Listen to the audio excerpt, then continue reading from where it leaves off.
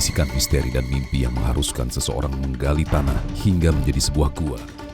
Alasan apa yang mendasari hingga ia terus menggali? Serta apa saja yang ditemukan di dalam gua tersebut? Di sebuah area pemakaman umum ditemukan gua tua tertutup semak belukar. Tim penelusuran misteri dunia coba masuk ke dalam, menelusuri misteri lorong hitam yang ada di bawah kubur. Malam ini, misteri dunia akan mengungkapnya.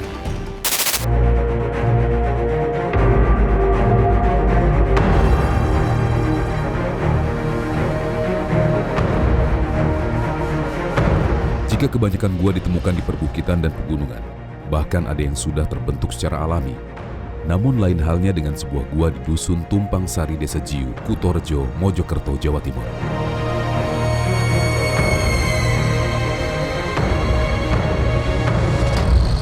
Terdapat hal tak masuk di akal logika bila sebuah gua sepanjang 60 meter dengan kedalaman 15 meter ini dibangun secara manual selama 22 tahun oleh seorang warga bernama Mustain.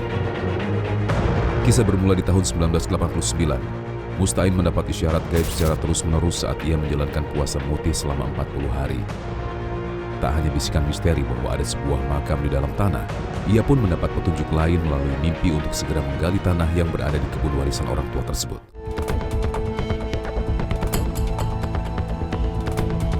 Selama awal proses penggalian, ia sempat mendapat cibiran aneh oleh warga sekitar, lantaran keinginannya yang dianggap tak masuk akal.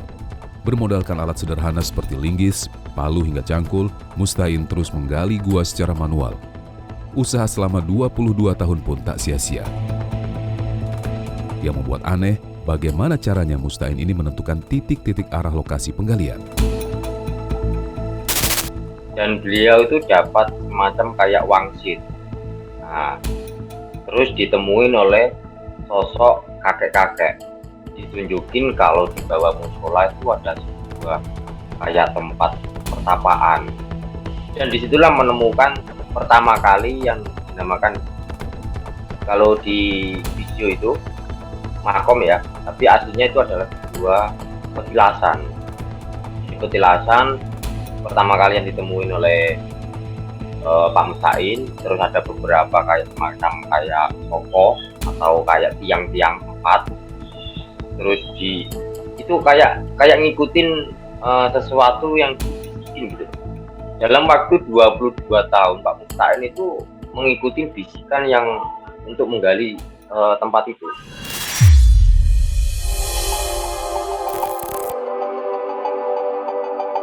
Tahun 2000, dibantu kakak kandungnya, Mustain memutuskan mengawali penggalian mulut gua di hari Kamis Legi, bulan Suro. Setiap harinya ia habiskan untuk menjalankan perintah gaib yang selama ini menghantui. Dalam 1 tahun usaha penggalian, ia menemukan sebuah ruangan yang terdapat gundukan tanah sepanjang 3 meter, yang diyakini sebagai makom atau tempat petilasan mbah buyutnya. Lantas bagaimana bisa di dalam gua terdapat sebuah makam? Jasad siapakah yang terkubur di dalamnya? Di sini pilar kedua nih, tangga kedua nih ada makam. Ada makam. Ini yang di petunjuk tadi, Bapak ya. Oke. Kenapa Bapak meyakini bahwa ini makam? Dari sisi apanya, Pak? Ada batu nisan kah atau apa gitu? Ada batu nisan, ada petunjuk dari atas, itu ada kayu jati lah. Ancer-ancernya. Makamnya Mbah Mukiyi, Syekh Mukiyi. Mbah Mukiyi diyakini sebagai kakek buyut Mustain jika dilihat dari mata batin seorang pakar retrokognisi. Benarkah penggalian gua tersebut bagian dari petunjuk Mbah Mukiyi sang pemilik makam? Serta siapakah Mbah Mukiyi tersebut? Sebenarnya makam yang ada di dalam Gua Mojokerto itu adalah makam-makam peninggalan pada zaman Kerajaan Majapahit yang pada saat itu meninggal dan dimakamkan di tempat tersebut. Cuman karena tergurasnya zaman, akhirnya tertutup oleh material bangunan atau material batuan alam. Fenomena gua yang dibuat manual oleh tangan Mustain menarik sejumlah orang untuk datang ke gua yang memiliki luas 15 kali 20 meter itu, termasuk para YouTuber misteri. Tak hanya sekedar kagum dan melihat-lihat sekeliling gua, di arah berbeda juga rupanya terdapat sebuah sumur berdiameter 60 cm dengan kedalaman sekitar 12 meter. ini adalah sumur sepertinya Bapak ya. Ada sumur. Oke. Di dalam gua ada sumur. Di dalam gua ada sumur. Oke, kita coba lihat ya, hati-hati ya. Bismillahirrahmanirrahim. Selamat. Kita lihat ya. Ini adalah sumur yang digali oleh Bapak Musta'in. Nih, masih terlihat bekas pahatan galian dari gua ini ya. Bapak Musta'in menggali gitu. Nah, seperti ini keadaannya. Ya, kita coba mundur sedikit demi sedikit karena ini sangat dalam ya. Anehnya, sumur yang digali sendiri oleh Musta'in ini air tak pernah kering. Meski saat musim kemarau, ada yang meyakini air sumur ini mengandung tuah energi positif. Benarkah demikian? Karena Pak Musta'in itu salah satu orang pilihan yang memang mempunyai keikhlasan hati. Maka dari itu, leluhur-leluhur yang ada di sana senang kepada Pak Musta'in, dan Pak Musta'in adalah salah satu orang yang diutus oleh leluhur semua atas izin Allah untuk bisa mendapatkan yang tersembunyi di dalam gua tersebut. Karena di gua tersebut yang saya lihat ada beberapa makam waliullah yang memang terpendam.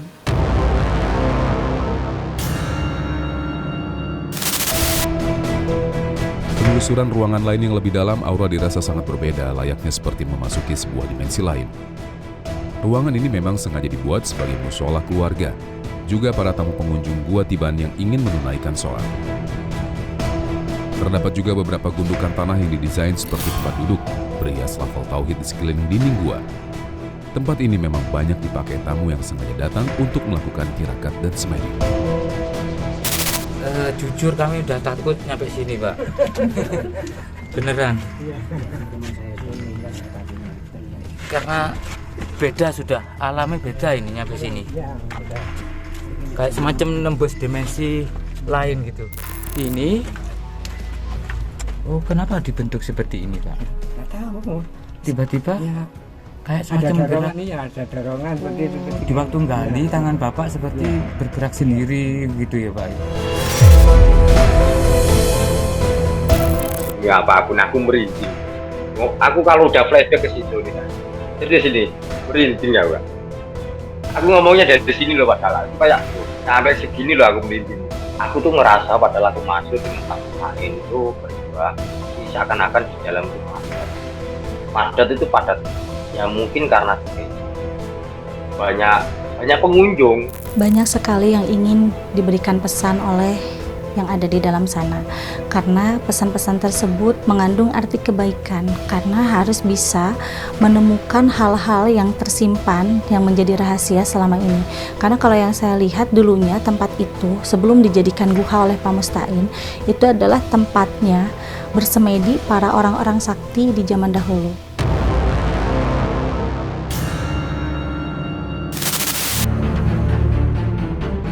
Jika Gua Tiban dibangun selama 22 tahun berdasarkan wangsit leluhur, lantas bagaimana dengan gua yang berada tepat di bawah pemakaman umum di wilayah Jawa Barat? Benarkah di dalamnya kerap terdengar raungan dari berbagai binatang jelmaan? Tim Misteri Dunia coba menelusuri dan membuktikan kebenarannya. Jangan kemana-mana. Astagfirullahaladzim. A'udzu bikalimatillahi tammati min syarri ma khalaq. A'udzu bikalimatillahi tammati min syarri ma khalaq.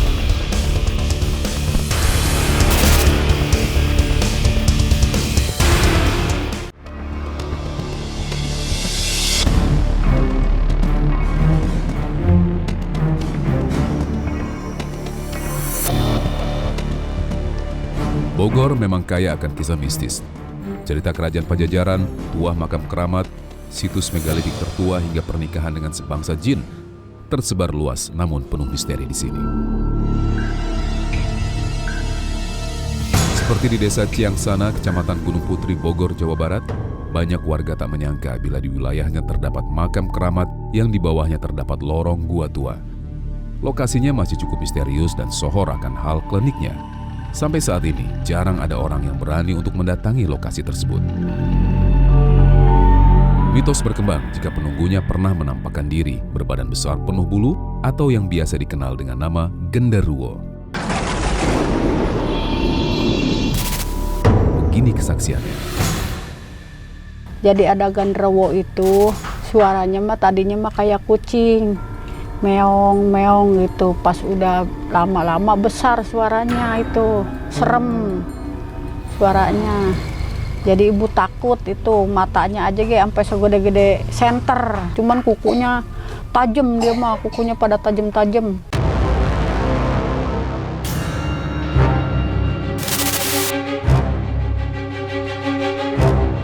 Konon menurut kisah yang tersebar dari mulut ke mulut, gua tersebut merupakan saksi bisu sejarah perjuangan bangsa. Dahulu gua yang tak terawat ini dijadikan tempat perlindungan kaum pribumi dari penjajahan Belanda. Konon, tempat inilah yang menjadi penolong warga Ciangsana untuk tetap bertahan hidup. Begini penjelasannya jika dilihat dari mata batin indigo retrokognisi. Sejarahnya dulu kurang lebih di awal abad ke-18, semua pribumi yang ada di sekitar sana membuat benteng pertahanan untuk berlindung dari musuh yang akhirnya kerja bakti untuk membuat gua tersebut. Dan kalau yang saya lihat, gua tersebut dulunya sempat juga dipakai untuk penambangan emas. Tapi karena memang pada saat itu bukan emas secara lahiriah, yaitu harta karun, akhirnya gua itu dibuat untuk menjadi tempat berlindung pribumi. Tak ada yang berani menginjakkan kaki, terlebih lokasi bibir gua sudah tak terlihat lagi lantaran terhalang pepohonan besar hingga alang-alang melintang. Hal ini yang membuat tim Misteri Dunia makin tertarik untuk terus menelusuri lebih dalam. Lantas seperti apa isi dalam gua? Benarkah terdapat beberapa kain kafan yang terlihat di sana? Tak bermaksud menantang, tim penelusuran Misteri Dunia bersama Dan Denny mencoba melihat suasana yang berbeda saat beranjak malam.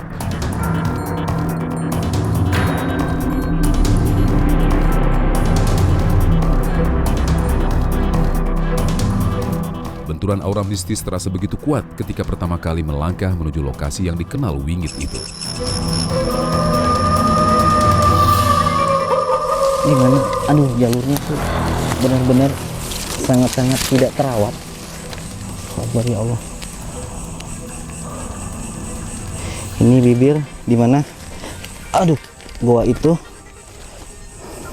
Ya, ini bibir goanya. Nah, kondisinya seperti ini. Ya Allah, itu gerak apa?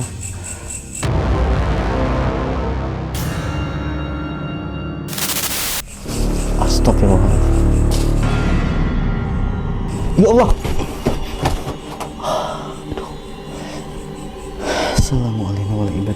Assalamualaikum. Ya Allah. Seperti biasa, ngap, dan saya penasaran sama yang di sebelah tadi sempet saya, aduh, Allah. Kita harus ekstra hati-hati untuk memasuki di mana ini goa yang, jadi goa ini teman-teman berada di bawah kuburan yang tadi. Nah, kalau ditelusuri, halo?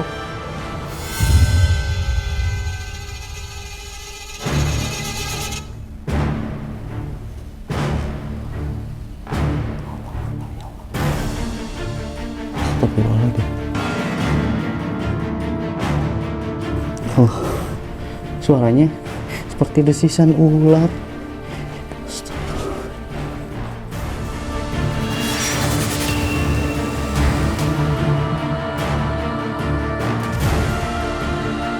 Ya, baru saja memasuki mulut gua, situasi sudah membuat kami berdebar. Heningnya gua membuat sambutan suara seperti desisan ular terdengar sangat jelas, yang entah dari mana asalnya. Kaki pun terus melangkah, menyusuri tiap lorong yang ada di dalam goa, dan kejadian aneh lain pun terus bermunculan.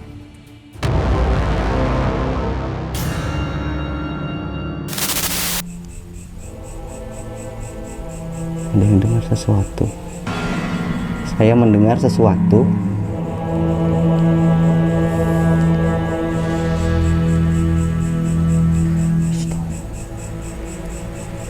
Halo? Apa itu? Ya teman-teman, saya harus ekstra hati-hati Takutnya ada Allahu Akbar, ya Allah.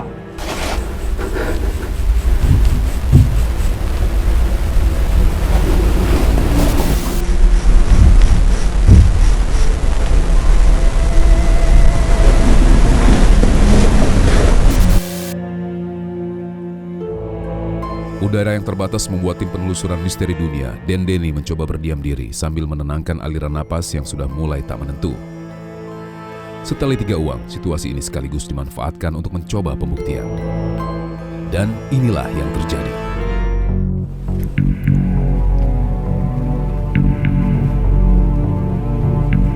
Saya bakal mencoba untuk diam dan hening.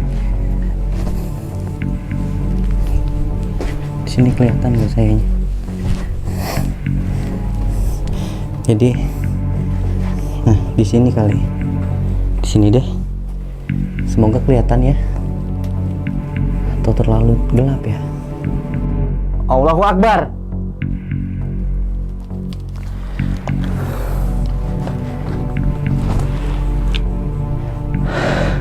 Astaghfirullahaladzim. A'udzu bikalimatillahi tammati min syarri ma khalaq.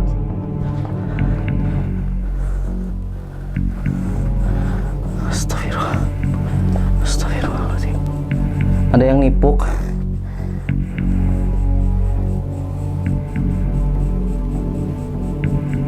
Ada yang lempar batu.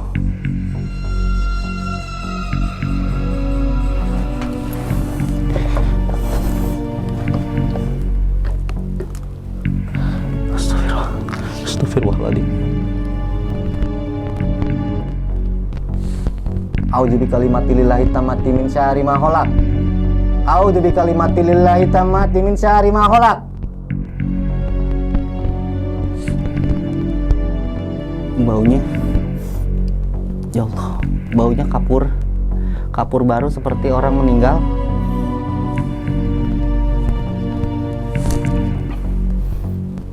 Tuh di sana, sebelah sana, seperti ada yang lewat-lewat. Kita datengin.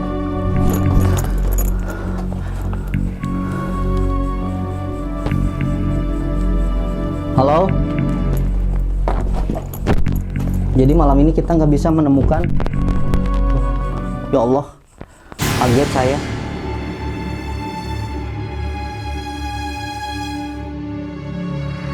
Pemakaman umum yang berada di atas gua rupanya bukanlah TPU biasa.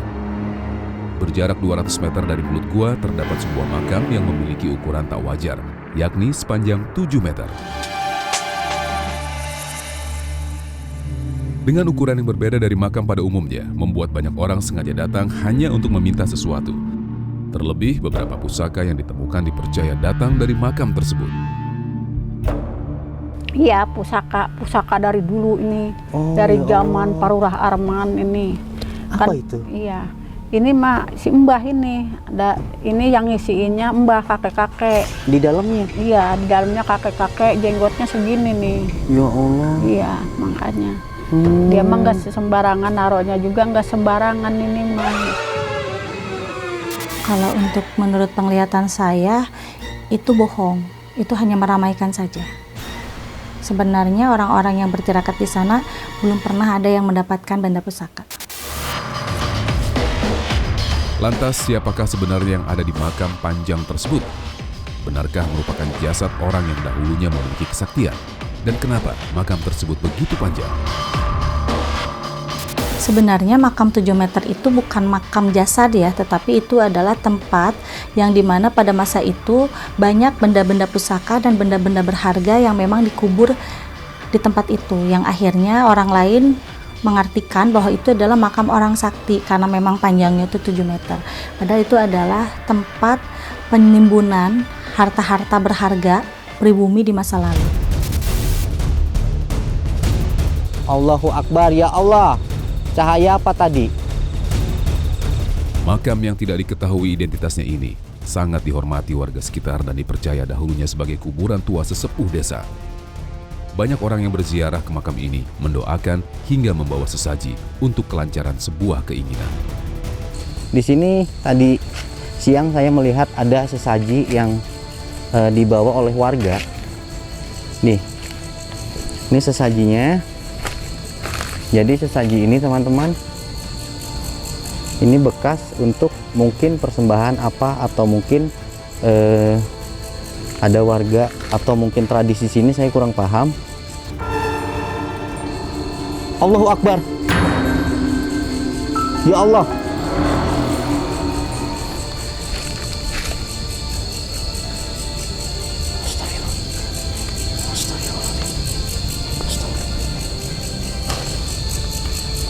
Kenapa bisa gerak? Allah.